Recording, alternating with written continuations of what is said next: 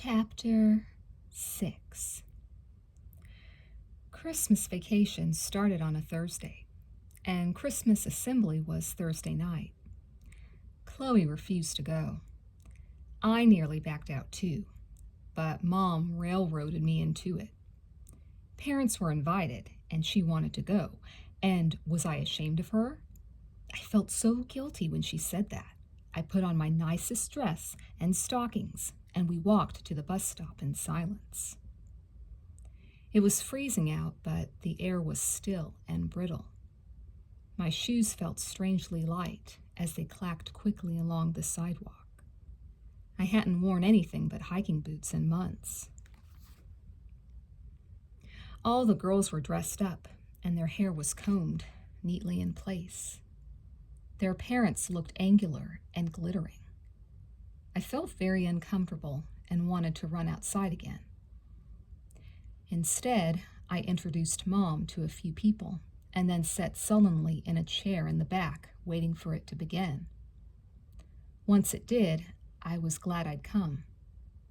The Glee Club filed into the dark auditorium in long red robes holding candles, singing a song in Latin which I'd never heard before, in unison and right on key, clear and serene as a church choir. I sat back and closed my eyes, imagining I was in a chapel in the Swiss Alps. I opened my eyes and looked up at the girls on stage, still singing. They were all going away for vacation. I'm glad I'm not, I thought. I loved New York around Christmas time. It seemed like everywhere you went, there were bells and holly and fake snow in all the windows, and sad-looking Santas with red noses and sunken chests, all looking like they needed a good drink. Near the plaza, the Hare Krishna people bobbed up and down in their sneakers chanting, their long ponytails flying. There were Salvation Army men playing trombones and trying to collect money, and canned Christmas music drifted out of stores. I always felt cheerful when I heard it. I gazed sleepily at the flowing red robes and 3 rows of faces. Noel. Feeling like a traitor, I glanced quickly at Mom. It had captured her, too. Thanks for making me come, I thought, hoping she'd know so I wouldn't have to tell her and lose face. Chloe should have come. She was being dumb. You can hate the school, but what's that got to do with this? I wondered if maybe Garfield wasn't so bad. I could just hear Chloe screeching heresy. Chloe and I had saved the cemetery for Saturday because I was going to sleep over that night. We met on Lexington Avenue and took the subway down to Wall Street. I was bundled into a linty pea jacket and millions of sweaters, and my head was mummified in a tremendous purple scarf, which Chloe said made my face look violet, like a cardiac patient.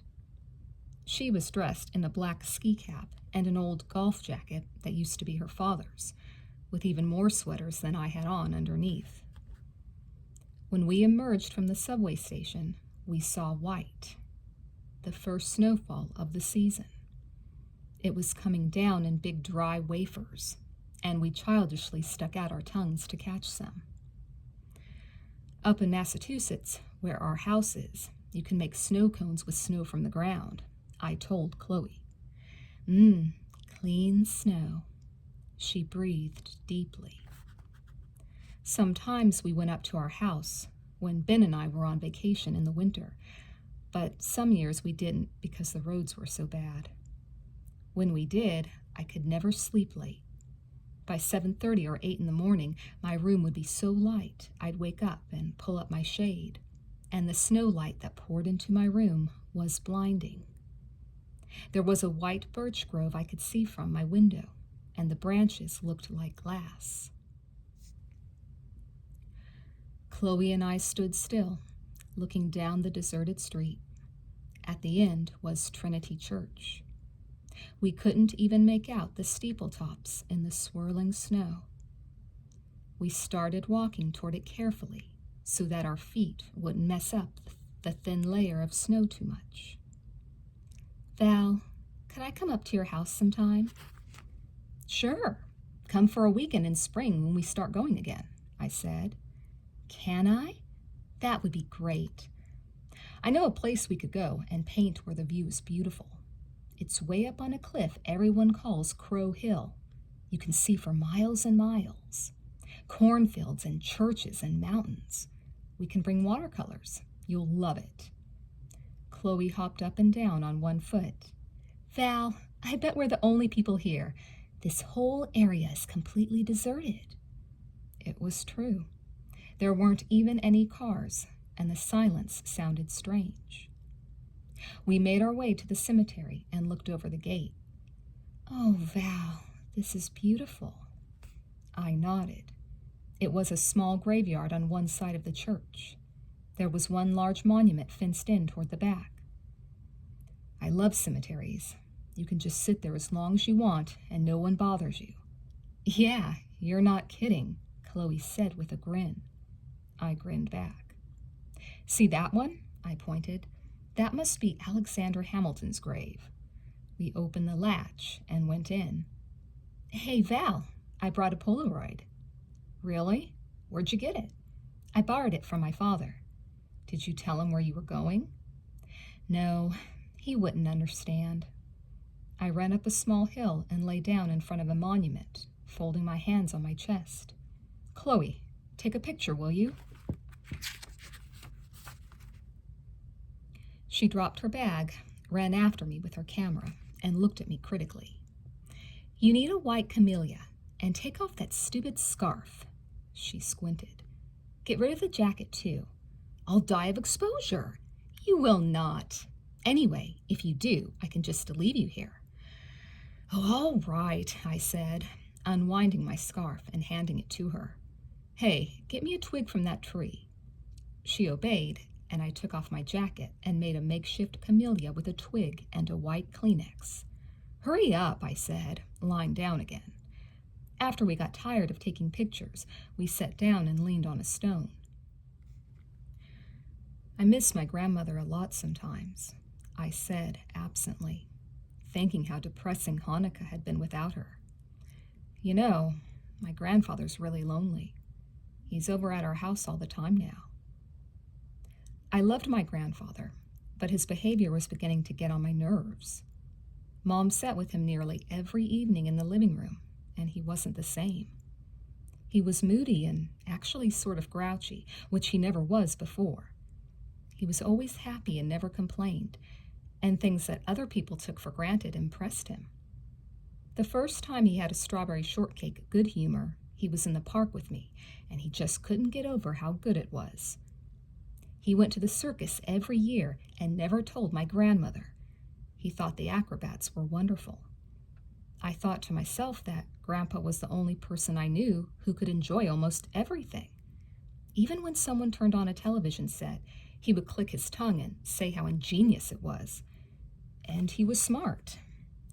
He'd been an engineer before World War II and wealthy, but he lost everything. He even lost his wedding ring one day when he was hiding in a barn because he'd gotten so skinny it fell right off his finger. He told me how everyone thought he was dead because they found his dog tag, but he wasn't, and how he hid out in all these places disguised as a beggar. Well, maybe he'll remarry, Chloe suggested, interrupting my thoughts. Remarry? I yelled. Are you crazy? She just died. Not now, but sometime maybe he will. No, never. I wouldn't let him, I said, feeling ridiculous. Well, Chloe said, it's awful to be alone when you're old. She was right, but I couldn't reconcile myself to the idea. We huddled closer together to keep warm and looked straight up into the falling snow. You know, we should live together when we get out of school. We could get a loft or something and fix it up and have room to paint. That would be incredible. We could have a fireplace and bird cages and big trees, I said dreamily. And maybe a cat. With birds? Oh, I wouldn't put birds in the cages. I just think they're beautiful. We sat there for a while, furnishing all the fantastic places we were going to live in. And finally I stood up and jumped up and down to try and unfreeze my feet. I'm petrified. Let's go in the church for a while to warm up. We hobbled down the hill and out the gate and into the church. That's one thing I like about churches. They're usually open. Temples are kept locked, I whispered, looking up at the ceilings in awe. There was one other person there, a woman up front, praying. Look at the windows, Val. Don't they look like smashed lollipops? I gazed at the windows. I wouldn't mind living in a church either, I said. After we warmed up, we went back outside and walked for a while, up and down empty streets, making our marks in the snow, which was still falling lightly. Now look, Val, don't forget what I told you. When we get home, don't say hello. What? Say, hello, Mrs. Fox, okay? Good grief, I said, making a face. It bugs her when you don't say, hello, Mrs. Fox. You always forget. Okay. Anything else? I said peevishly. Don't curse. What? Now don't play dumb. I've told you 100 times she hates it when people curse. Not even damn. But Chloe, I don't even know I'm doing it half the time. I can't help it.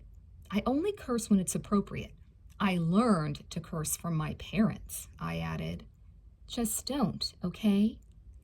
Look, if you're so afraid, I don't have to come. I've only been at your house about 500 times. It's not as though I spout obscenities all the time. Chloe looked exasperated. Come on, Val, please. Don't be a martyr. She made a little pleading gesture. I squinted at her indignantly for a moment and then sighed. Oh, all right, I'll try to be good. We went uptown and caught the Riverdale bus to her house. It was the 5th house on a paved, tree-lined road off the highway, big and white with green shutters and a huge tree in the front yard. We took off our shoes on the porch and went inside. I peeked into the kitchen. Mrs. Fox was standing at the sink, wearing a well-fitting dress and stockings and slippers. She always looked good. I'd never seen her looking the way you expect most people to look at home doing dishes. Her hair was dark and curly and cut short, and she had on a nice pair of earrings. She looked very businesslike as she rinsed a plate and put it in the dishwasher. Chloe took me by the arm and led me in. Well, hello, Valerie, Mrs. Fox said briskly, wiping her hands on a towel and giving the mandatory smile. Hello, Mrs. Fox, I said, looking over at Chloe quickly. She nodded approvingly. Hi, Mom, she said. Chloe, what's that jacket? I buy you all these nice clothes and you go around in the oldest rags you can find. I hope you didn't run into anyone. Mrs. Fox turned to me. Why do you think kids insist on going out of their way to look disheveled? I gave a little smile. Oh, I don't know. I guess we think we look good this way. Mrs. Fox gave a noisy sigh and shrugged, muttering. I don't know.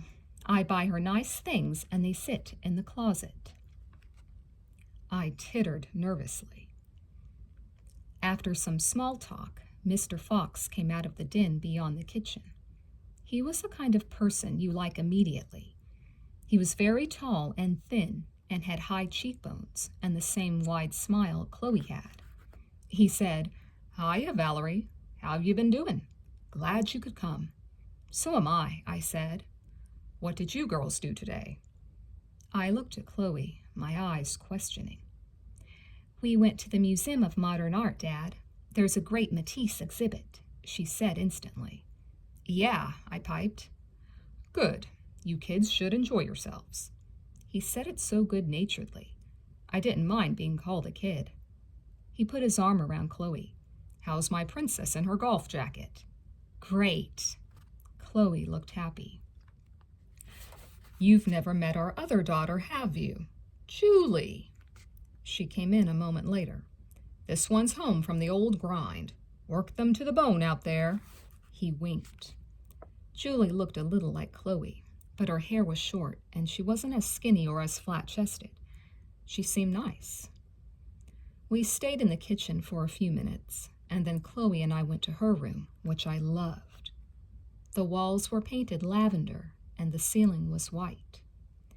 She had a large Villard print on one wall, and a Picasso on another, and a little table by the windows with 3 avocado plants. There was a bed unit with 2 beds up against adjacent walls. There was a table in the corner joining them, which had a stereo on it, and one of the beds could be rolled under the table to save space. I sat on the floor as Chloe pulled a huge carton out of her closet filled with clothes.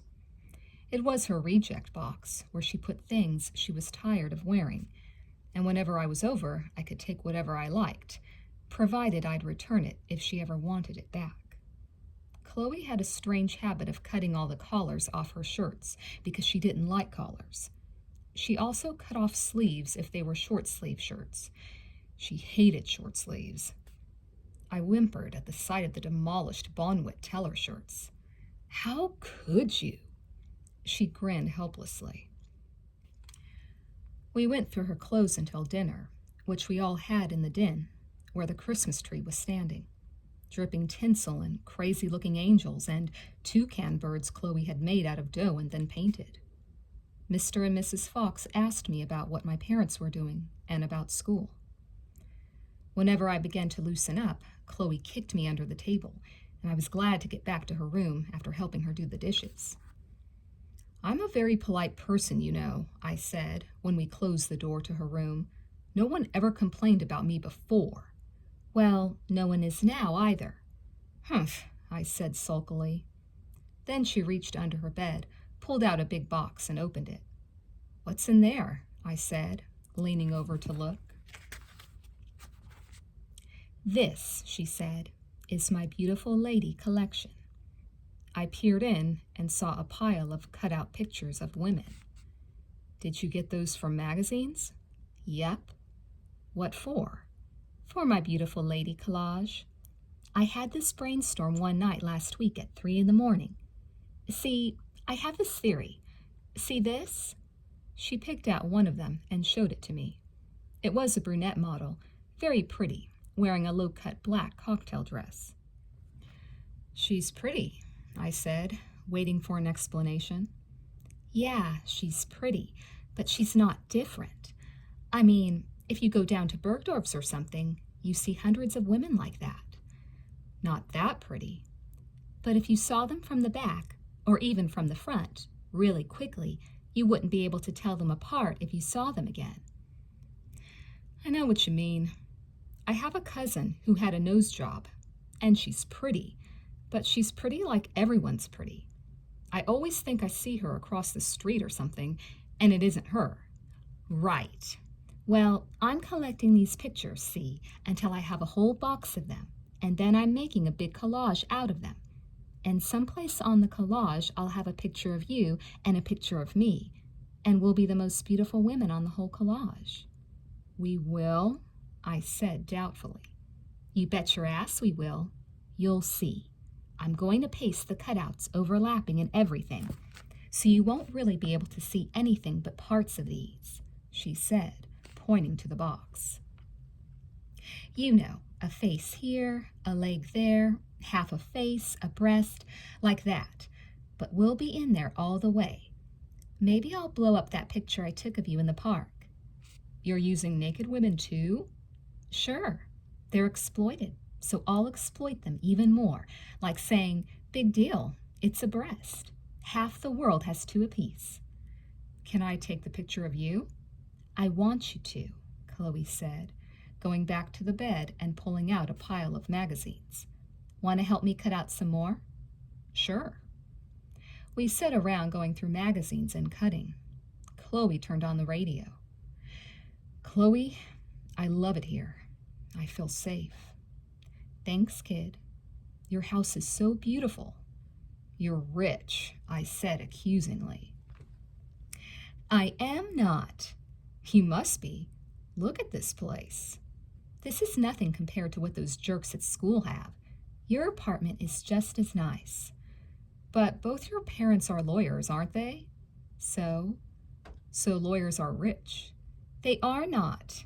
Anyway, they have a lot of expenses, and after taxes, they're really not rich. Oh, phooey, I grumbled. Everyone says, after taxes, I'm poor. I don't believe it. Then a fast song came on the stereo. I love this song, I said, tapping my feet. Chloe got up and danced around the room, and I got up with her, feeling giddy. After a while, I got tired and flopped on the bed to watch her.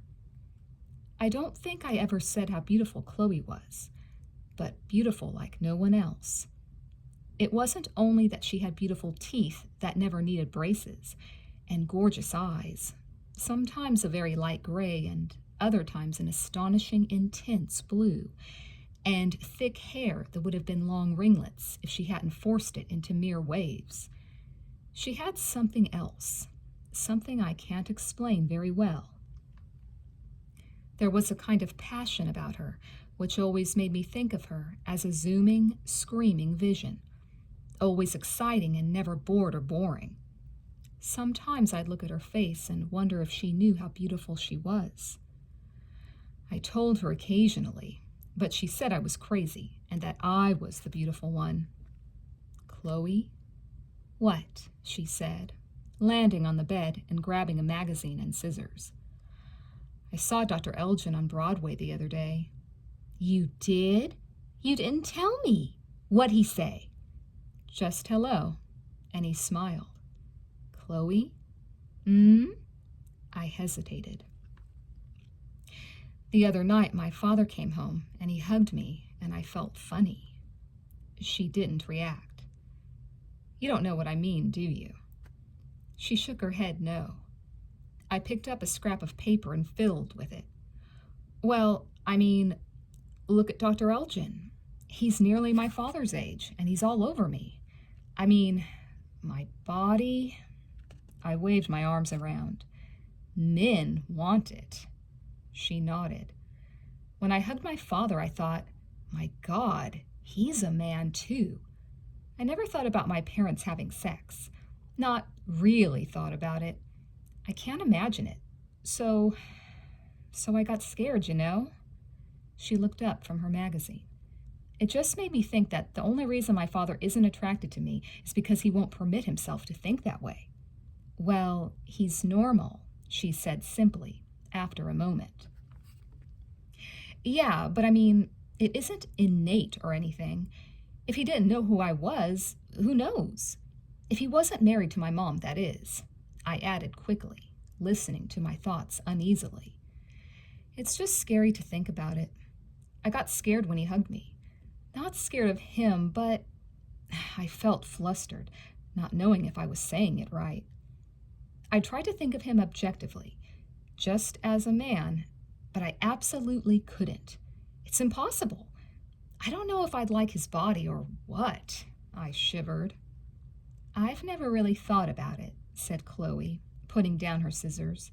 My dad's just my dad. So is mine, but he's a man too. Isn't that weird? I never thought of him as a man before. Chloe, I never used to think about things like this. Is something wrong with me? I was shocked to feel a tear rolling down my cheek. I get so mixed up sometimes. Things get complicated, I said, wiping it off and feeling another start down my other cheek. Chloe picked up a corner of the bedspread and gently dabbed my face. What's the matter, Dollface? Oh, I don't know. I leaned my head and rested it on her knee. Am I too terrible for you? Val, you're the greatest, she said, and pushed the hair out of my eyes. I shut them for a moment and then lifted my head to look at her. It was around then I began to realize that there was some current between Chloe and me that was unlike anything I'd ever experienced before. It was a vague, clouded feeling that I couldn't quite place or identify. It didn't just happen all of a sudden. It was more like moments of dim awareness, followed by a gradual recognition that it was there without my understanding what it was. I never said anything, thinking, what would I say? I don't mean to make this sound like a big thing, because it wasn't. Not then. In fact, I hardly even noticed it. And if I had told anyone about Chloe at the time, I'd never have mentioned it because it wouldn't have occurred to me. It's weird how sometimes things happen that you don't notice, and then a long time afterward you see they were part of something bigger, and you say, oh, now I understand. Now it fits. Well, that's how it was with this feeling. I know I felt it that night in Chloe's room, just for a moment, like when there's a fly buzzing in your room and you can't see it, but then the buzzing stops and you forget. A chill came over me, and I jumped up abruptly to switch radio stations. We sat around listening to music, talking and cutting up magazines until late, and after having some cornflakes in the kitchen with Julie, we went upstairs to the attic where Chloe painted. There was a bedroom up there too, with a big double bed where Julie slept, and the other room was strewn with tubes of paint, rags, and canvases. I made Chloe show me some of her old paintings, ones I'd never seen before, and I looked at each one for a long time. Chloe didn't paint the way I did. I painted a lot in watercolor, which I liked much better than oils or even acrylics. My paintings were light and impressionistic and had an underwater quality, as if I were afraid to make a definite statement. Hers were clear and dark, with harsh lines and strange people, and I was struck by their power. Chloe, these are terrific, I said, putting down one that she'd painted on cardboard. No, they're not. They're lousy. I wish I could paint like this. You're crazy. I love the way you paint. Oh, why argue, I said. I really love your work. Can't you just believe me? Okay, I believe you. Thanks, but you're crazy. We talked to Julie for a while about Garfield, because she'd gone there too, and then we went downstairs to bed. I wish we could sleep upstairs, I whispered. Then we could make noise. Her parents' bedroom was across the hall from hers. Next time, when Julie's back at school. Okay, I said, and put on the pajamas Chloe lent me. I pulled the top on quickly because I hated getting undressed in front of people. I dread the day I'll have to strip for a guy, I said glumly. Maybe I could hide under the sheets. Chloe flipped off the light and turned on the radio very softly. What about Dr. Elgin? She teased.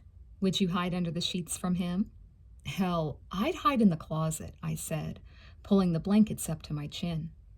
We whispered for about 10 minutes, and then I must have fallen asleep to the soft drum beat coming from the stereo above me. Chapter 7. By the time Christmas vacation was over, I was almost glad to go back to school, though I'd never have admitted it. I was getting tired of reading and watching the $1 Million Movie. Chloe and I ran around the city a lot, but after a while, we'd been every place we wanted to go and kept winding up at the Metropolitan Museum just to get in out of the cold. Everyone at school had great suntans, just as we had predicted. Jackie had gone all the way to Greece for hers. Patty was the only one who hadn't gone away. She got her sunburn, she told me gravely, from sitting under a sun lamp. And she burned her boobs too, and was excused from gym because she couldn't wear a bra, and it hurt when she bounced. One Friday, Mom and Dad and Ben and Grandpa all drove up to Pennsylvania to visit some cousins.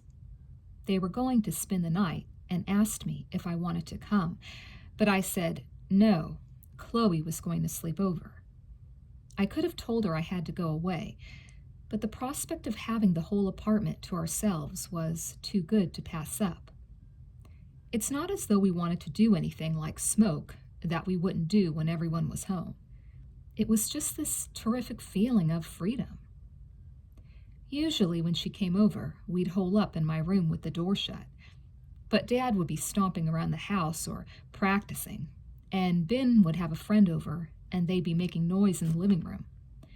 And Mom would be trying to write and grumbling at everyone to shut up. And even with my door shut, I felt like I was at Grand Central. Plus, I felt conspicuous for having my door shut in the midst of all that ruckus. I was really glad to get rid of everyone for one night. Chloe and I snuck out of school early by way of a back door in the new wing, which had a big sign on it saying, "Use only in case of fire." "Don't worry," Chloe assured me. "The alarm isn't turned on." We opened the heavy black steel door, and the fire alarm went off. I thought I'd have a heart attack. Chloe grabbed my scarf, nearly choking me, and we bolted out the door like cats and raced up to York Avenue, turning the corner to safety. No one ever did find out it was us. We walked downtown congratulating each other and spent the afternoon roaming up and down 57th Street. All the card and candy shops were selling the last of their chocolate Santa Clauses at half price, and I bought a few for myself. Chloe said chocolate made her break out. We walked all the way west, past Tiffany's and Bergdorf Goodman's, which we told each other probably had its summer clothes on the racks already. As soon as the big Christmas rush was over, all the winter stuff was reduced like crazy, and you felt like a jerk for having paid a lot for it. Plus, you felt frantically under-equipped for the next season. Department stores always made me feel like I never had enough. We peered into the Russian tea room and promised each other to have lunch there someday. "We'll get really decked out and order martinis," Chloe said, and I nodded approvingly. I took Chloe to my favorite art supply store and introduced her to Sam, one of the men who worked there. He knew me from when I went to the Art Students League on Saturdays. We hung around there for a while, looking and talking, and then crossed the street to pick up a catalog at the Art Students League. Mom had left us enough food for a wedding reception, and Chloe spent ages with her head stuck in the refrigerator, deciding what she wanted. We ended up taking everything out and putting it on the table, and settled into the big green kitchen chairs. Kitchens are really the best places to sit and talk in. "Dig in," I said happily, as Chloe swallowed a piece of chicken. "Hey, Patty's been running around saying she thinks she's pregnant." "Oh, phooey, she's a virgin." "How do you know?" "Because," Chloe said patiently, as though talking to a child, "the ones who do it don't run around yapping about it." "Oh," I said lamely. "Who does it?" "Oh, Rollins does, probably, and North." "How do you know?" I persisted. "Boy, you're a pest. I just know. I know the kind of guys they run around with." Wow. I couldn't imagine either one of them having sex with anyone. Isn't that kind of young? She nodded and started on her second roll. "Can I put on your green shirt? Mine's too hot," Chloe said. "It's right there on the washing machine," I said as she went to get it. "Hey, Chloe, I read an article the other day about how women are afraid to even kiss each other in public nowadays because they're afraid everyone will think they're gay." "Yeah?" she said, smiling slightly. "Yeah. That's stupid. People should do what they feel like doing, as long as it doesn't hurt anybody." She pulled off her shirt, her back turned to me. I looked at her thoughtfully. What's she thinking about? I wondered. Is she saying it's okay to be gay? Or that it's stupid to worry whether people think you're gay when you're not anyway? I remembered reading in the diary of Anne Frank about how Anne wanted to feel another girl's breasts and offered to let the other girl feel hers, but the other girl didn't want to. I guess if you're cooped up all that time and miss out on everything you start doing with boys when you get to be the age Anne Frank was, it's okay, I thought. She had an excuse to want to do it anyway. But what about people who don't have any excuse? They just want to. Do I want to? Is it sick to even think about? I wonder what Chloe looks like from the front, I thought, watching her put on my shirt. She never undresses in front of me. Does she undress in front of other girls? But if someone's gay, it hurts people, I said suddenly. Who? Their parents? Yeah, that's true, Chloe said, sitting back down at the table. But you can't get married or sleep with someone you don't want to sleep with just so your parents don't get upset. She began to laugh. What's funny? Well, I was just thinking about gay people living together. Their parents are probably so happy because their sons and daughters aren't living in sin. If they only knew. I laughed, too. Do you think homosexuality is a sin? I said. I don't know. I mean, I don't feel like it's a sin. I really don't know. I know what you mean. I don't feel like it is either. But Chloe nodded knowingly. I didn't really know what I thought of homosexuality. When I was a kid, I couldn't understand it at all. And when I asked Mom about it, she never really answered me. She'd just get embarrassed and mumble something about pretending to be married. So when I saw gay couples on the street, I'd think, oh, she couldn't get a guy, or he couldn't get a girl, so one of them must be pretending to be the opposite sex. It was second best, sort of. But it was beginning to occur to me that maybe it wasn't that way at all. It's so hard to know what to think. I brooded. It used to be there was a right and a wrong. If I told someone I thought homosexuality was a sin, then I'd be lying. But if I said it was perfectly okay, I'd feel weird, because I wasn't sure about that either. When I thought of gay people having sex, it seemed really strange. But then, any sex seemed a little strange. There are some things, I thought, that I'm just too young to understand. After we finished eating and put away all the food and washed the dishes, we went into the living room and collapsed on the floor. Chloe and I never really did anything when we visited each other, except sometimes we cut up magazines for her collage. But usually we just sat around talking. I guess to some people that's boring, but we never got bored. Chloe, I wanted to tell you something. I paused significantly. I've thought about it a lot, and I've decided we should become gypsies. Gypsies? She chortled, crunching into an apple. That's what I like about her, I thought. She never laughs at ideas like that the way the friends at my old school probably would, and she doesn't act like they're impossible either. Yeah, I said. We'd run away. To Europe, you know? France, maybe, or Scotland. Where's Appleby? England. There's a gypsy fair at Appleby every year. I read about it in National Geographic. We could go to that and join a band of gypsies. God, Chloe, it would be incredible.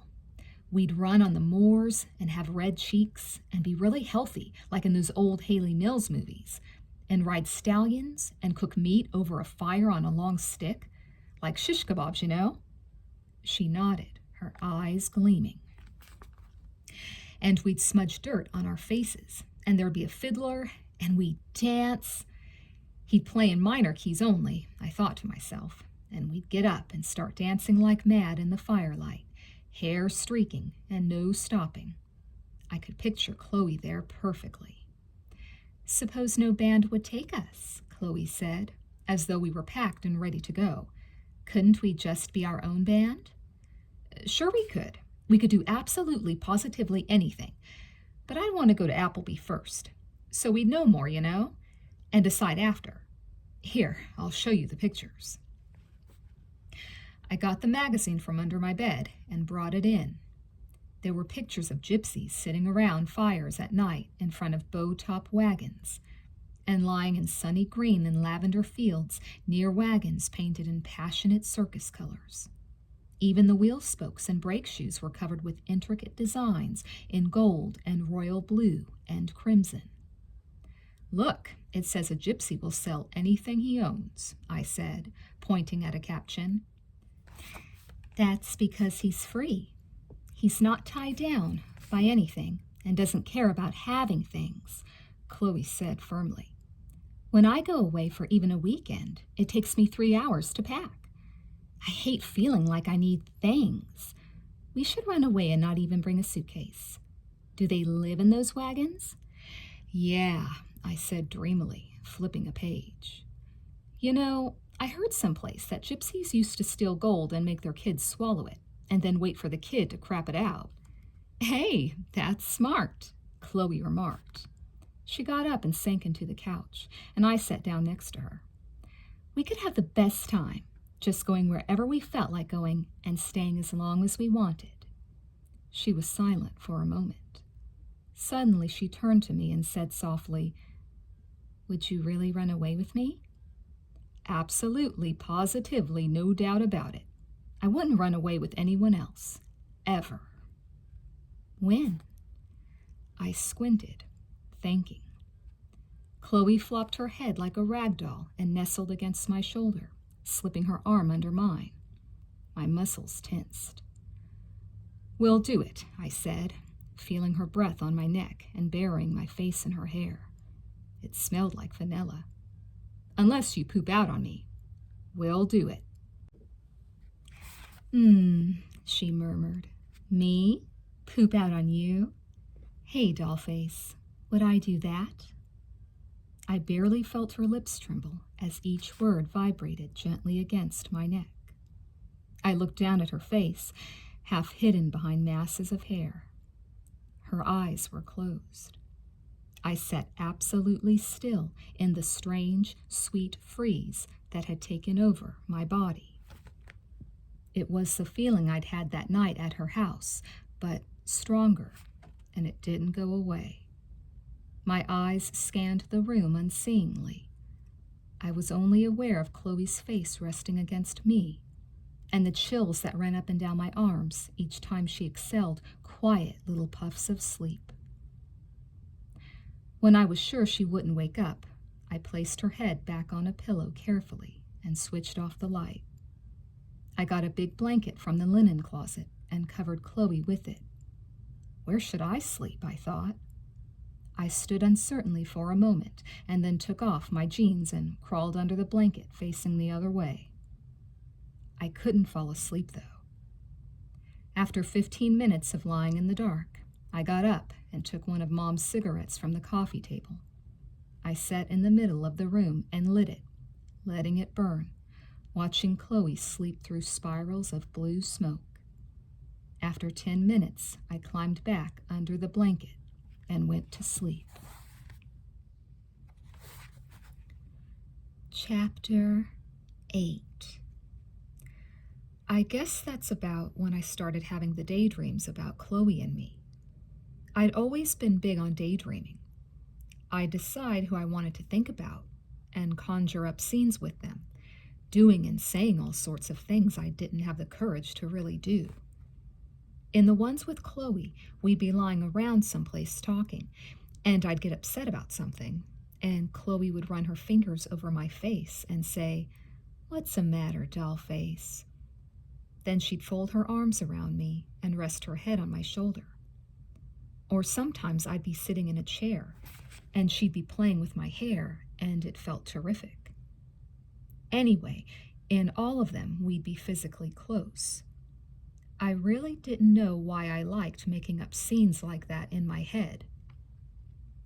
What it was about Chloe that made being held or having my hair fixed different, or why those scenes held the strange allure they did. I don't think I thought of it as being sexual attraction until later. Or if I did, I wouldn't admit it to myself. I guess I thought I wasn't capable of really having that sort of feeling. I couldn't imagine anyone I knew feeling that way. And the people who did were aliens to me, living in another world entirely. They weren't regular people like I was. They were people you raised your eyebrows about. I wanted to tell Chloe about my daydreams, but somehow I kept losing my nerve, thinking how strange they'd sound if I said them out loud. I'll have to bring it up accidentally on purpose, I told myself, just to test Chloe's reaction, so I'll know if I'm weird or something.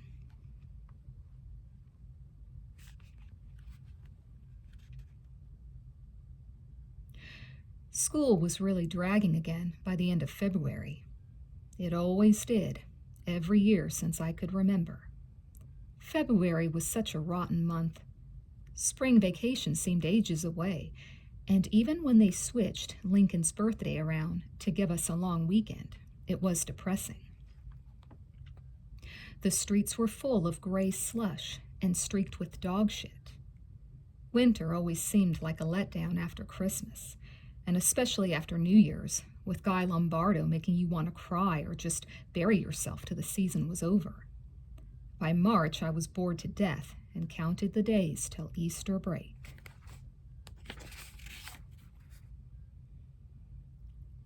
One night, about a week before vacation, I was babysitting for some new people in the building. There were 2 kids, Mark and Helga, and the father owned a funeral parlor. I guess there's good money in that, because their apartment was really ritzy, and they always overpaid me. I think people blow a lot of money on funerals when they don't want to, so no one will think they're cheap. After the kids were in bed, I dialed Chloe's number. "Hello?" she said jauntily. "Hi, it's me. What you doing?" "French. Can you believe it? I've been waiting for an excuse to stop." "I'm babysitting for the funeral parlor people. Chloe, they've got enough tranquilizers in the bathroom cabinet to kill off every neurotic on the west side." "You looked?" she said gleefully. "Yeah, one of my less admirable habits. The best way to find out about people is to check out their books and medicine cabinets. And refrigerators," she added. "Boy, I'd never hire you." "Oh, me neither," I chuckled. "I wouldn't want anyone checking out my things." She laughed. "Val, you're amazing." "Not at all, just unscrupulous. Listen, Chloe, we're going up to Massachusetts as soon as vacation starts, just for a few days. Can you come?" "Yeah. Oh, when's Easter? I have to be home for Easter." "Not till after. We'll be back in time." "I'll go tell my mother right now." "Okay, I've got to go anyway. I can't wait." "Me neither. Bye-bye, Dollface." Clink.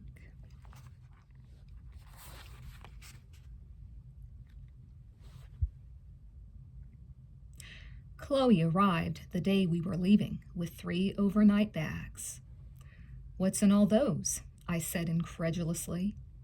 "Oh, my paints and pads and rags and stuff, and some clothes. Do I need more than 1 sweater?" "Yes." "Good. I packed 4. "Ah, Chloe, you could have worn mine." She shrugged sheepishly. It was a long drive up, and we had dinner at a diner on the way. Chloe and I sat with Ben and a few bags in the back seat, squashed over to one side. Chloe leaned against me, and I leaned against the car door, my cheek pressed against the cold window. I thought about my daydreams, which I still hadn't told her about.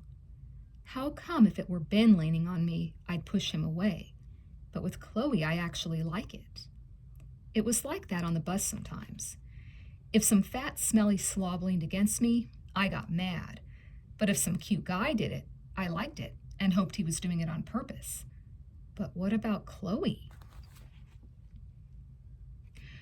When we got there, it was late, and Chloe and I rummaged through the garage for a while, claiming everything Mom wanted to send off to Hautzig. We told her she might as well give it to us and eliminate the middleman, since we went to the Hautzig thrift shop on 3rd Avenue anyway. She seemed to think it was funny and wound up giving in, and after we'd collected everything we wanted, we went to bed. The area where our house was is really beautiful. We had lots of land and trees and a lake. Summers got kind of dull because there was absolutely nothing to do, especially if you couldn't drive. But for painting and reading, it was perfect. At the beginning of every summer, I went on a Thoreau kick, and by August, I went loony and never wanted to read or paint again. But when we started going up in the spring, I fell in love with the place all over again. I fell asleep praying for good weather so Chloe and I could paint. I heard a faint tapping and mumbled, yeah, come in. I was tangled up in my enormous flannel nightshirt. Chloe stood beside my bed. Good morning, she sang. It's beautiful out. Your mother says it'll go up to 70. God, what time is it? I struggled to turn over. 70? Wow. 10:30. She sat down next to me. I feel like a newborn kitten. I can't open my eyes. Well, hurry up and get dressed. Your mom's making breakfast. I'll be downstairs, okay? Yeah. Get me out of here. She took my arm and hauled me out of bed, and I stumbled into the bathroom. When I got downstairs, Mom and Dad and Chloe were on the porch. Where's Ben? I asked, not displeased. Watching TV, I joined in. Why ask? You were no better at his age, darling daughter, Dad said, reaching for a roll. I was too, and you know it. Don't be mean to Ben. He's so cute, Chloe said. I shot her a dirty look. I can't stand it when people tell me how cute Ben is. I know perfectly well he's cute, and I guess I'm glad he's not gross or anything. But my own best friend offending him in front of my parents? You watched Captain Green Jeans every morning before school, Dad continued. Kangaroo. At least I did intelligent things in addition. I read. She did, Victor, Mom nodded, coming in with a plate heaped with cheeses. Wow, Chloe said, gazing at the plate puddle-eyed. I suppose I should urge him more, Mom said, wrinkling her eyebrows into an anxious furrow. Yeah, you don't make him eat the way you used to make me eat either, Mom, I said accusingly. Well, maybe it's better this way, so he'll be calm and easygoing. Someone once said you should have your second child first. Humph, I grumbled, so I was their guinea pig. Oh well. Chloe, take more, Mom ordered, pointing at the different plates of food and going to the kitchen for more. Dad, will you drive us up to Crow Hill? Sure, he said. I have to buy milk.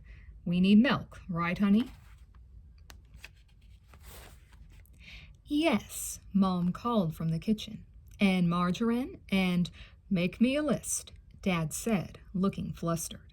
For 2 things you need a list? I said. What? Never mind. I shook my head, giggling. Chloe and I hurried to finish eating, and then gathered pads, pencils, camera, Kleenex, transistor radio, paints and brushes, and stuffed it all into canvas bags. I went and filled a shopping bag with food and several jars of water to add to the collection, and we piled it into the car.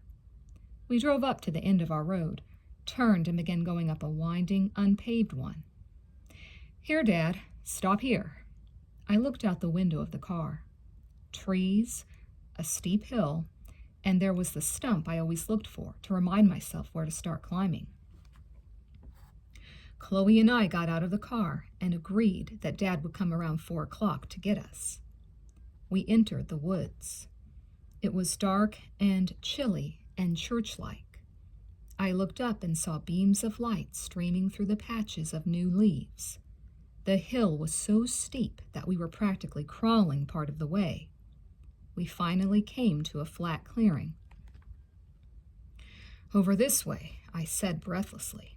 If this stupid shopping bag tears, I'll have a fit. We kept walking, and then the woods ended abruptly. We were there. A huge area of solid white and gray rock in 3 levels, each about 4 feet below the other.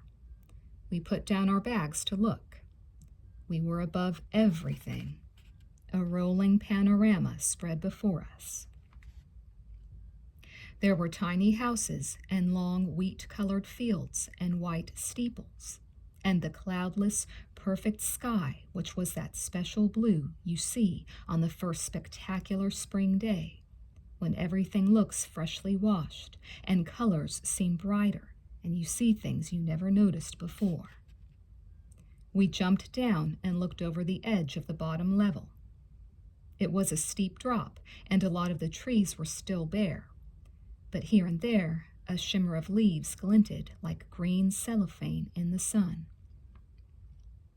The only sounds were crickets and the wind. It seemed almost unnatural compared to the constant undercurrent of traffic sounds in New York. It makes you want to write idiotic, corny poetry, I thought. This must be incredible in the fall, Chloe whispered. She scrunched up her face and gave a little scream. Val, I'm so glad I'm here with you. Me too. We stood for a while just looking at the view, and then I plopped down and pulled out the radio. Classical? Yeah. I found WQXR. They were playing Corelli. We picked spots and took our things out of the bags. Chloe was 1 level lower than I was. We didn't like sitting together when we painted. Do you have an extra pencil? She called. I can't find any. I tossed one down to her and began to sketch lightly on my watercolor block. We painted, hopping back and forth a few times, and finished our first ones in an hour. We looked at both paintings. I thought they looked great together. It was obviously the same view, but the paintings were completely different. Yours is so much better, Chloe whined. Oh, shush. I sat down next to her pile and crossed my legs. Listen, Chloe, will you go to that dance with me they're having at Collegiate the week we go back? Collegiate was a boys' school. No way. Aw, how come? How come? I'll tell you how come. Because it'll be the same as last time and the time before that. We'll spend 3 hours deciding which jeans to wear, and then nobody'll even notice we're there. I had to admit she was probably right. It was amazing how long it took to pick the right jeans. And then whenever I left after hours of deliberating, Mom would say, You're going to a dance like that? How can you dance in those shoes? I don't know what she thought dances were like. Chloe, there's always hope, isn't there? I said timidly. They can't all be creeps. Yeah, well, if any of them aren't, they stay at home. Anyway, I hope for bigger and better things than some stoned collegiate asshole thinking he's doing me some big favor by asking me my name. It's funny, I thought. When I go to dances to meet boys, I hardly ever have a good time. If someone says hello or dances with me once, it's a big deal, like Chloe said. But compared to the things Chloe and I did together, it seemed kind of degrading. Like, it was okay to settle for having a lousy time with someone just because he's a guy. But still, I wanted to go to dances. When I get to college, I'll meet all the intelligent ones, I thought. Like Mom's friends. The men she knew were terrific people. I wonder if they were all creeps in high school, too. I pondered. Or maybe they're not creeps, they're just scared. This was an incredible thought. Scared of me? Why would they be scared of me? I just meet the wrong ones. Well, I'm not going if you're not, I said, a little disappointed. I picked up a pebble and tossed it over the edge of the cliff. Don't worry, Dollface. You know what it'll be like. Stick with me. Let Patty and all those other morons knock themselves out. Okay, I said glumly. Hey, Rodney asked me out again. Chloe said brightly. Rodney was the pimply, rich brother of a friend of Julie's. He was always asking Chloe to go out with him, and once in a while she gave in. Are you going? Yeah, he's taking me out to dinner. You're mean. You don't even like him. Oh, he's not so bad. He's actually sort of nice when he's not acting like Mr. Know-It-All. He can't help the way he looks, and he always takes me to great places.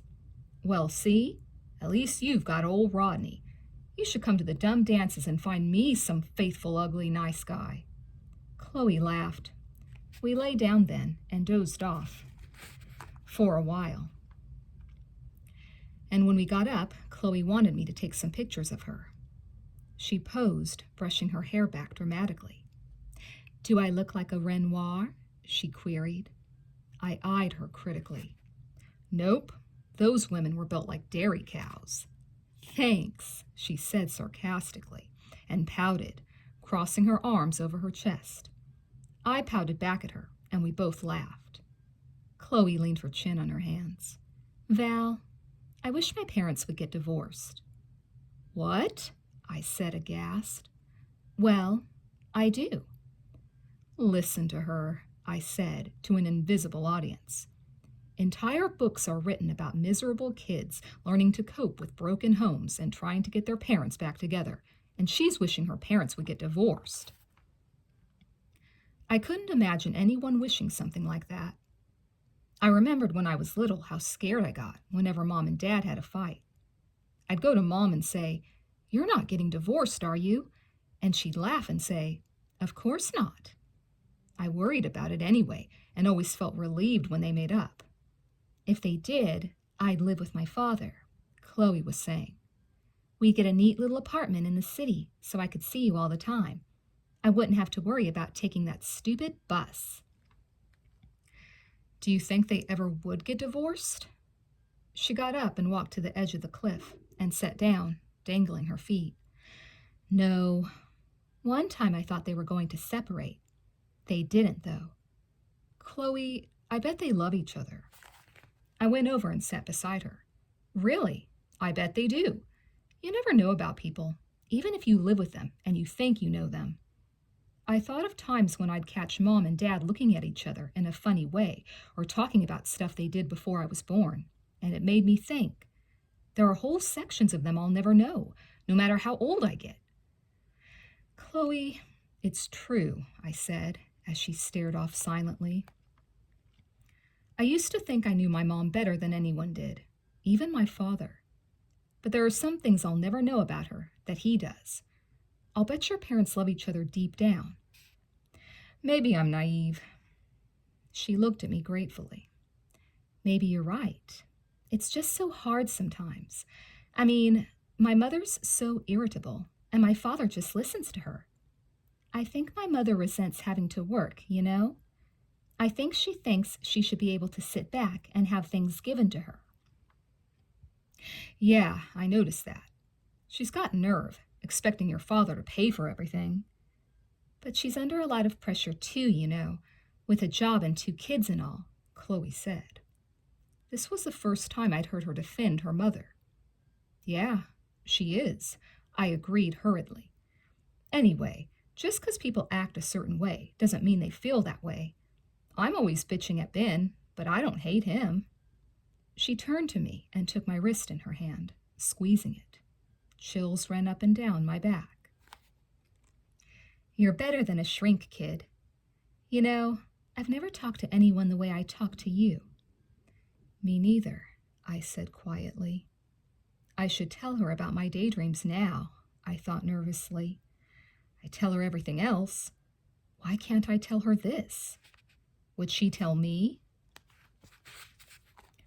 Our heads were so close I could see the pores on her nose. We stared at each other in silence for a long time.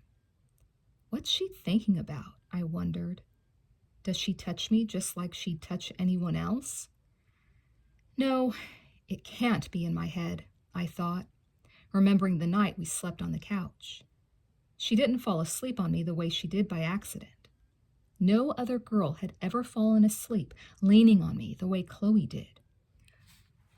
What would she think if she knew I'd been having weird daydreams about her? Or that I'd thought of touching her? Would she be disgusted? Or would she want me to? Suddenly, we heard sounds coming from far away. Dad's car horn. We both jumped, the moment gone. Then we threw our things into our bags and began a half-run through the woods and down toward the road.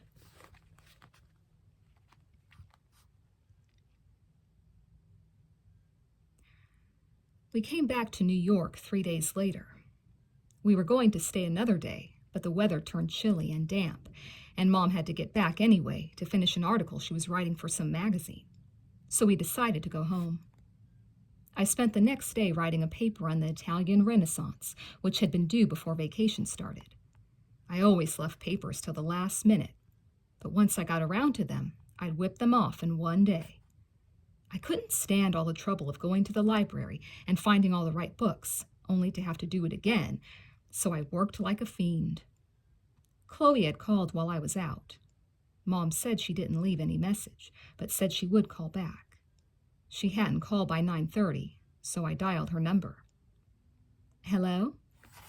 I hesitated. Hi, is this Julie? Yeah. Hi, Val. Hi. Hey, I didn't know you were home. You weren't supposed to come till next week. When did you come? There was silence for a moment. Val, I don't know if you know this, but our father passed away last night. My head reeled, and I began to feel sick. What do you mean? I said, my palms sweating on the receiver. Why didn't Chloe tell Mom when she called? He died in his sleep. He was taking a nap, and his heart gave out. No, he couldn't have. Oh, Julie, That's okay, she said, controlling her voice carefully. Why do people say it's okay? Where's Chloe? Was she home? No, she was with you. She's out with Mom now. I held the receiver tightly, unable to speak. Hello? I'm here. Oh, Julie, I said again, choking. When is... The wake is tomorrow. Wake? Oh, God, I thought. An open coffin. At Jewish funerals, the coffins are always closed. I took a deep breath. Where do I go? She gave me the address of the funeral parlor, and I hung up. Chapter 9. I put on a dark skirt the next day and went to the funeral parlor. When I stepped out of the elevator, I saw people milling about and standing in hushed little groups. It all looked like an underwater ballet. I stood awkwardly, not knowing what to do, and then Chloe came toward me. At first, I didn't recognize her. She was wearing a pale silk blouse and black skirt. Her otherwise pink cheeks were chalky and drawn, and her eyes were puffy. I was shocked. I'd never seen her like that. She looked so worn, I wanted to scoop her up and tell her everything was all right. But all I could do was stand there helplessly. I glanced over her shoulder and seeing the open coffin and Mr. Fox's profile over at the back of the room, I gasped involuntarily. Val, she whispered and embraced me. I put my arms around her, feeling her thin shoulder blades beneath her blouse. I saw the coffin once more and shuddered, turning my head sideways so I wouldn't have to look as the tears began to come. Chloe took my shoulders and held me back. Don't cry, she said, brushing at my cheek. I should be comforting her, and here I am crying, I thought dismally. Her eyes were brimming, and she took my hand. Do you want to see him? You don't have to. I nodded, and we walked over toward the coffin, stopping a few feet away. He looks like he always did, I said in a trance, like you could just wake him up. It's not so bad, seeing him like this, I thought. We stared at him for what seemed like ages, and then backed away. How come you didn't tell my mom when you called? I didn't want her to feel sorry for me, Chloe said, looking at our feet. I just wish I could have said goodbye. He was the best. She buried her head in my sweater and wept silently. People kept trying to act as though nothing had happened. They asked Chloe and me about school and all, and Chloe was polite to all of them. But all I could think of was Mr. Fox lying there like that, only yards away from us. I wanted to pull Chloe away someplace where she could grieve, instead of pretending to be interested. In the conversations people kept drumming up, but I couldn't. I stayed with her for hours. Before I left, I went over to say goodbye to Mrs. Fox. Oh, Valerie, are you leaving? She said in a tired voice. Yes. I bit my lip for a moment and then kissed her quickly on the cheek. I'll be back tomorrow. Thank you for coming. I nodded, and Chloe walked me to the elevator.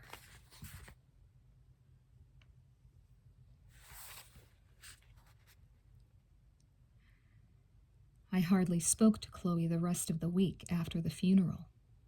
I was afraid to call her house, and she only called me once and hardly said anything. After school started, it was the same. She even seemed to be avoiding me. Whenever I saw her, she'd be walking down the halls wearily, as though she'd given up somehow. She didn't even try to hide if she was out of uniform when Olmsted was around. I went to a couple of dances alone and met a boy whose sister was in our class, and he was actually pretty interesting. I gave him my number, and he'd called a few times. I tried telling Chloe about him, but she just stared at me, looking so dispirited I wanted to cry. One night after Ben went to bed, I was sitting in the kitchen with Mom. I'd been feeling sort of grumpy and depressed lately and began spending more time with her, just so I wouldn't have to be alone. I'd been wanting to ask somebody about my daydreams, and since Mr. Fox died, I'd given up on telling Chloe. So I decided to poke around with asking Mom. Ma? What? If people think awful things, does that make them awful? I said. Like what awful things? Well, like wanting to murder people. I want to murder people all the time, but that doesn't make me awful, Mom said sensibly, lighting up a cigarette. Everyone thinks things like that.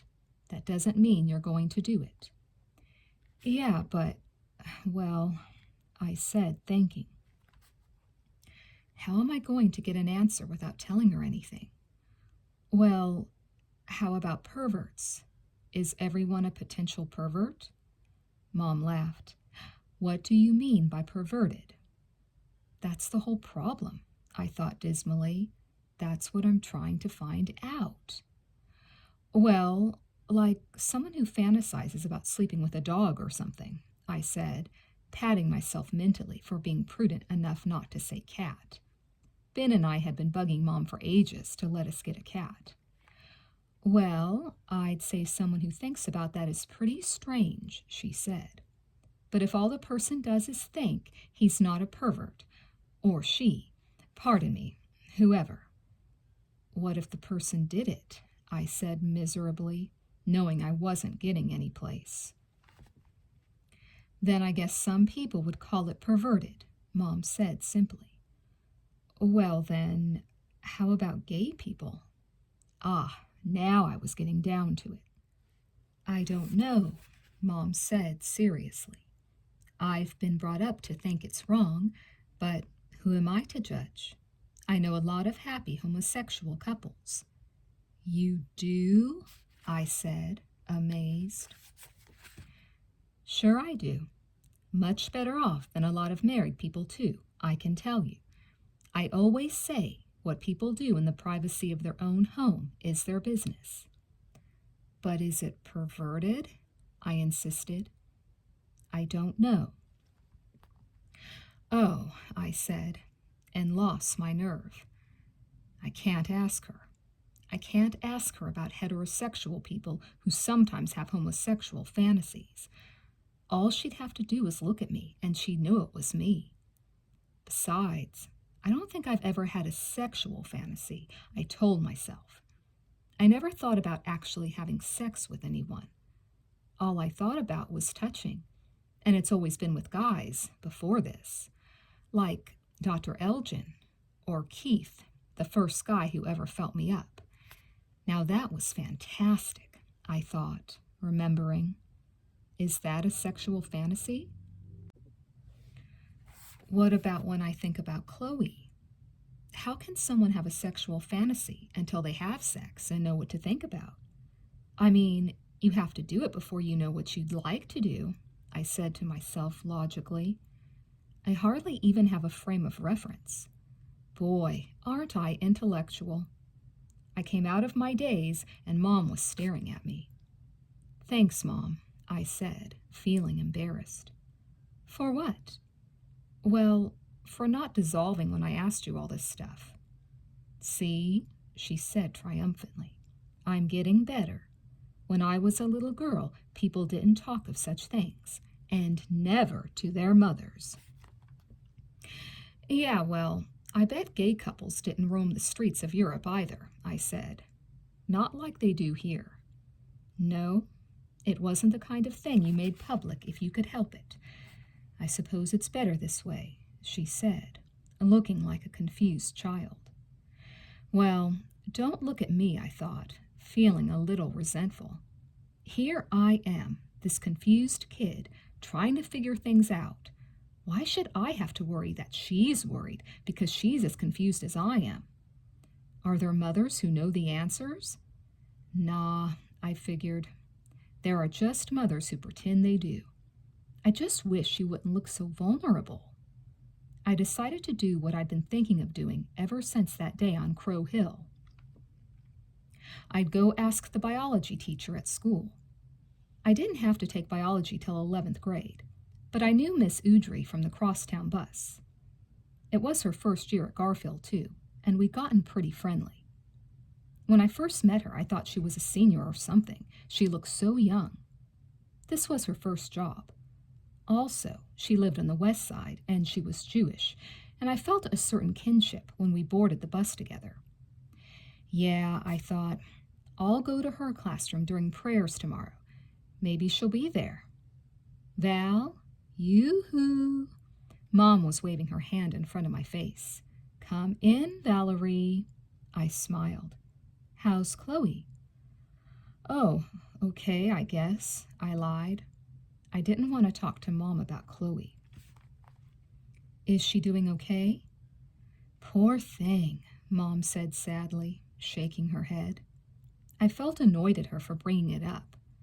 I'm not being fair, wanting to turn her on and off like that. I ask her all kinds of questions, and she's patient and understanding. And then she asks me about Chloe, and I'm thinking, shut up. I don't feel like talking about her. What's the matter with me anyway? Why don't you invite her over? She hasn't been here in ages, Mom was saying. Ha, I thought, like I haven't tried. Every time I asked Chloe to come over, she said she couldn't. She had to stay home with her mother so she wouldn't have to be alone in the house, or that she had to go to her father's office to help straighten out his things. She's been busy keeping her mother company, I said brusquely, and went off to my room. Later on that night, I dialed Chloe's number. I kept calling her as I always had, even though she didn't call me that much. The problem was that she didn't talk much anymore, so I wound up gabbing till I was sick of listening to myself just to fill the silence. Hi, it's me, Old Faithful, I said. Oh, hi. What you doing? Nothing. There was a long pause. Cutting up the new Vogue, actually, You sound enthused." I heard faint music and voices. "What's that?" "What?" "Oh, my mother's just yelling." "Why?" I heard Mrs. Fox in the background, yelling. "Crazy nut! What does he think he's doing? Waking up the neighbors. Somebody's going to report." "Hey, Chloe, what's going on?" She giggled weakly. "There's this guy about 3 houses down from us who plays the bagpipe. He goes into his backyard every night to play. You can hear it all over." "Wow," I said, intrigued. "What kind of person is he?" "Oh, old. Well, not old, sort of oldish. He has a beard and wears those old-fashioned baggy slacks. I've seen him a few times getting his mail. He's neat-looking, even sexy in a way." "And he plays the bagpipe? In his backyard? At night? I love it." "Yeah, me too," Chloe said, sounding a little better. "But it's driving my mother up a wall. You should hear her carry on about it. It's really funny." I heard strains of music through the receiver. "It's really beautiful, you know. When the moon is out, I can see him out my window." "Oh, Chloe, that sounds so positively enchanting," I said dreamily. "I know. I sit by the window whenever he's out there and listen. It makes me feel like some mystical, mysterious girl everyone wonders about," I suggested. She laughed. "Yeah, and then I hear my mother screeching, 'That maniac! He must be crazy playing that thing in the middle of the night. I ought to report it.' And there goes the mystery." "Chloe, listen, can you come over and see me?" I said timidly. "Well, I don't have time right now," she hedged. "Chloe, come on. I never get to see you anymore. Sleep over this weekend." "I can't." "Why not?" "I can't leave my mother alone. She gets depressed and she hates being in the house alone." I was getting angry. "Chloe, damn it. I know it's rough for your mother, but you've got to live too. You've got to get out of there too. It's not good for you. It isn't fair." "Val," she said loudly, choking a sob. "Don't you understand anything? I don't want to leave her alone." Suddenly, I heard the receiver clunk down. She'd hung up on me. Dumbfounded, I put down the phone.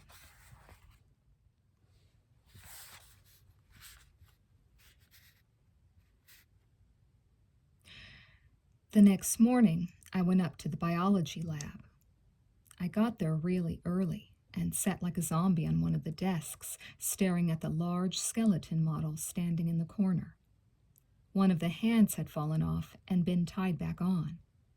Chloe and I had wanted to nab it to add to a morbid 3D collage we'd been constructing at my house, but we never gotten around to it. It dangled precariously, and I fixed my eyes on it, lost to the world, till the door opened. Miss Udry flipped on the light and jumped when she saw me. "Hi," she said, surprised. "Hi. What are you doing in here now? You should be at prayers." I grimaced. "I wanted to talk to you." "Me?" She smiled agreeably. "Sure, just let me get undone here," she said, taking off her sweater and rearranging a stack of papers on her desk. She came and sat down on a desk across from me. "You certainly don't fit in here," I remarked. "You're nothing like the other teachers. That's a compliment, by the way." "Oh, come on. They're not so bad once you get to know them. Just a little uptight." "A little?" I laughed. I caught a whiff of her perfume. I know that smell, I thought. From where? I inhaled deeply. "Oh, you smell just like the hospital," I exclaimed. She looked taken aback. "I mean, one of the nurses," I explained quickly. "She wore that perfume." "When were you in the hospital?" "I wasn't. My grandmother was, last fall. She died of cancer." "Your grandmother died of cancer last fall?" "Gee, I didn't know that. You never mentioned it." "No," I said, thinking back. It seemed so long ago. That whole time she was sick and after she died had become one long rainy interlude in my memory. Little things like smelling someone's perfume or seeing someone who wore her hair in a bun reminded me sharply of Grandma, and then it would fade again. "I'm sorry," Miss Udry said. "Yeah, so am I." I looked at my knees. How do I start this conversation? "What's on your mind?" "I was wondering about gay people," I said quickly. "Actually, I was wondering about heterosexual people who think about things gay people do. Like a heterosexual guy thinking about another guy that way," I said. What a muddle. "Oh, you mean heterosexuals who have homosexual fantasies?" That was easy enough, I thought, a little relieved. Does she know why I'm asking? She must. "Yeah," I continued. Is it sick?" "Not at all. It's normal, as a matter of fact." "It is?" "Sure. A lot of people probably do become sexually attracted to someone of their own sex at one time or another." Sexually attracted. So that's what my daydreams mean, I thought. "They do?" I said. "Then how come most people think gay people are sick?" "Because it scares them," she said simply. "But then, are heterosexuals the way they are just because they're trained to be by society?" Boy, that's a heavy for 8:30 in the morning. I can't answer that. I don't know. "Well," I ventured, "do you think it's unnatural to have fantasies like that?" She looked at me quizzically. I held my breath, waiting for her to admit she knew why I was asking. She paused for a moment and then said, "I don't know, Val. I guess you can't judge people by their fantasies. People think all sorts of things. Do you think people who are gay are unnatural?" "Well, I do. No, I suppose they're not. I don't know. You know that? I really don't know what to tell you." I sighed. That's okay. Nobody else does either. Someone peeped in the door, and Miss Udry motioned for them to wait outside. "Oh, it's okay. I've got to go anyway." "Sure. Listen, come talk to me again, okay?" She put her hand on my shoulder. "Are you okay? You look a little green." "Oh, I always look a little green. It's the uniform reflecting off my face." Miss Udry laughed. "Okay, thanks for coming to see me." I beamed back at her. "Thanks for saying thanks." Boy, and she never came out and asked why I wanted to know all this. By some silent agreement, we had discussed it without acknowledging it. Still, I thought, I don't know any more than I did before. It was just like with Mom. Talking theories was easy, but in the end, neither one of them had an answer. I had study hall third period and went out to Carl Schurz Park. It was kind of a gray day, and there weren't too many people there, just a few people pushing baby carriages and strollers. This one little boy with strawberry-colored curls and big green eyes waved at me, and I smiled in spite of myself and waved back. It makes me feel so good when little kids wave at me, like they can tell I like them or something, which I do. Then I went to my usual spot on the promenade. There was a little boat with a dirty yellow sign saying Sunoco going by, and I leaned on the railing to watch. I haven't felt this lonely since the beginning of the year, I thought. I missed Chloe. Things weren't as much fun without her. Even just running around school, cutting prayers, going to 3rd Avenue, didn't have the allure she gave it. I should think she'd need me more than ever. I could sure use a nice, loyal friend like me, I thought grumpily. I wonder how I'd act if my dad died. Would I lean on a friend? Maybe I'd run home and keep Mom company, like Chloe's doing. Maybe you just want to be around your family when someone dies. Come to think of it, I ran home right after school every day when Grandma died, even though it was depressing being there. Of course, I didn't know Chloe then, but maybe I'd have done it anyway. Suddenly, I felt a hand on my neck. I froze, and Chloe poked her head around over my shoulder, giving a ferocious, toothy smile. "Hiya, Dollface. Thought I'd find you here." My heart leapt, but I said nothing. "I'm sorry about last night." "That's okay." I was upset. I looked closely at her face. Her eyes had dark circles under them, and she looked exhausted. "I know. You look like hell." She nodded. "Chloe, listen. I didn't mean to make you mad. I was only thinking of what would be best for you, you know?" "I know. I mean, I worry about you. You look so defeated all the time, and you never want to do anything or even just visit, and—" I stopped short, afraid I was going to cry. "Oh, Val," she said tenderly. "And I miss you, that's all. I know that sounds selfish. I wish I could make you feel better, but I know I can't. But you do make me feel better, just by being there," she said, and looked down the promenade. "Val, what's at the end of this?" "I think a pier or something. Let's go see." We began walking along the river together in silence. Suddenly, Patty came into the promenade from a small path up ahead and began walking in our direction. Chloe curled her lip in disgust. "Hi, Val. Hi, Chloe," she said as she walked by, staring at us with an odd expression on her face. "Boy," Chloe said when Patty was beyond hearing distance. "Ever since my father died, everyone looks at me like I've got leukemia or something. You should see Olmsted, patting my head in the halls. I could just puke." "Chloe, they're just trying to be nice," I said. "Oh, yeah? Well, I don't need their being nice. They act like they're scared to death of me. You know how everyone's always after us for being out of uniform and being late? Well, now nobody says anything. I could come to school wearing purple feathers and they wouldn't say a word. But before he died, they'd have crucified me. Who needs their phony baloney sympathy? I hate being felt sorry for."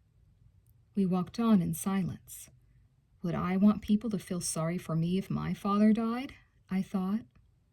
When I broke my leg in 6th grade, everyone made a big deal out of it, and I relished every minute. I even kept using crutches 3 days after they took the cast off and pretended my leg was too weak to walk on. But I guess it's different when your father dies. "Listen, Val, when vacation starts, would you come sleep over at my house?" My face lit up. Sure I would. See, I don't want to leave my mother alone, but I don't want to invite anyone over yet, you know? It'd just be depressing anyway. "Yeah," I said. "Well, I'll probably be away in June. I guess I didn't tell you. I'm getting a mother's helper job." "Yeah? How?" "Friends of the funeral parlor people. The pay'll probably be lousy, but I could use the money, and maybe I'll get to go someplace glamorous. So I'd have to come as soon as school is over," I said, wanting to pin her down. "Chloe, you're my best and only friend. You're the greatest. You won't get rid of me easily." She laughed, for the first time in ages, it seemed. "Okay, the second we get out of this God-forsaken place."